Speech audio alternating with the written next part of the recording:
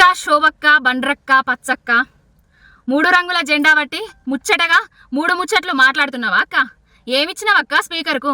రేవంత్ రెడ్డి కేటీఆర్ గారికి చీర గాజులు పంపుతా, కట్టుకో కేటీఆర్, బస్సెక్కు కేటీఆర్ అన్నందుకు చర్యలు తీసుకోవాలని సుమోటో కేసు బుక్ చేయాలని స్పీకర్కి ఇచ్చినావా అక్క?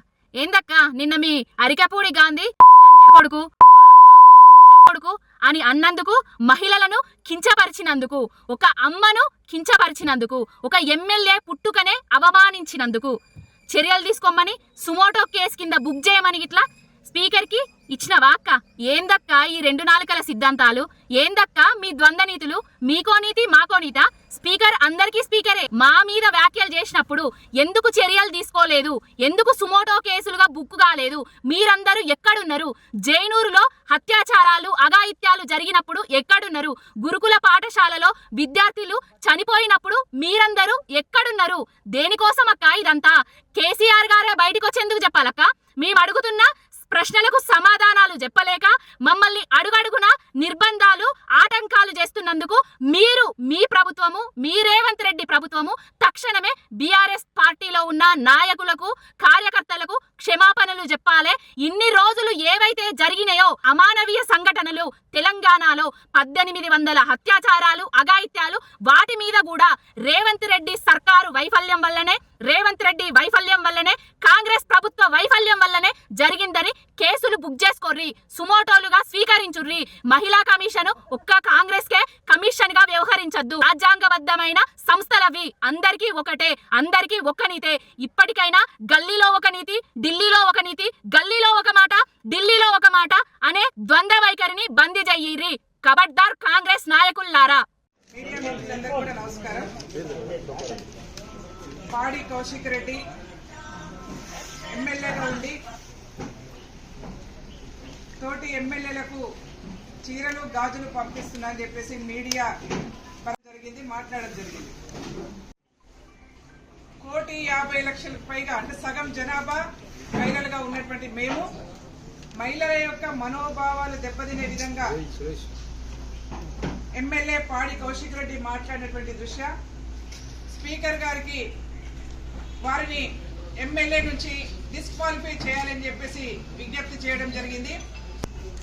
ఎందుకంటే రాజ్యాంగం మీద ప్రమాణం చేసి ప్రజల యొక్క హక్కులను కాపాడుతాం, అందరినీ సమానంగా చూస్తామని చెప్పేసి రాజ్యాంగ పరంగా ప్రమాణం చేసినటువంటి ఎమ్మెల్యేలు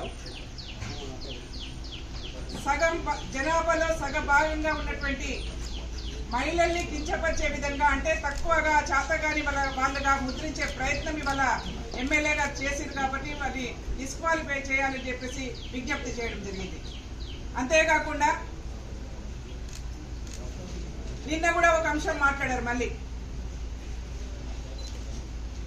తెలంగాణ రాష్ట్రంలో బతుకొచ్చిన వాళ్ళ గురించి మాట్లాడారు.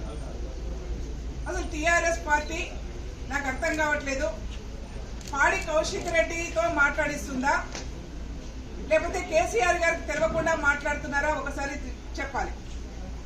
పాడి కౌశిక్ రెడ్డి గారు మాట్లాడుతున్నటువంటి ఎమ్మెల్యేగా ఉండి మాట్లాడుతున్నటువంటి ఆయన మహిళల్ని కించపరుస్తున్న విధానం కానీ, తెలంగాణ రాష్ట్రంలో ఇతర రాష్ట్రాల నుంచి బతుకు తెరువు కోసము ఇక్కడ నుంచి వలస వచ్చినటువంటి వాళ్ళని కానీ కించపరిచే విధంగా మాట్లాడుతున్నటువంటి పాడి కౌశిక్ రెడ్డి విధానం పట్ల గౌరవ కేసీఆర్ గారు స్పందించాలని చెప్పేసి విజ్ఞప్తి చేస్తా ఉన్నాం.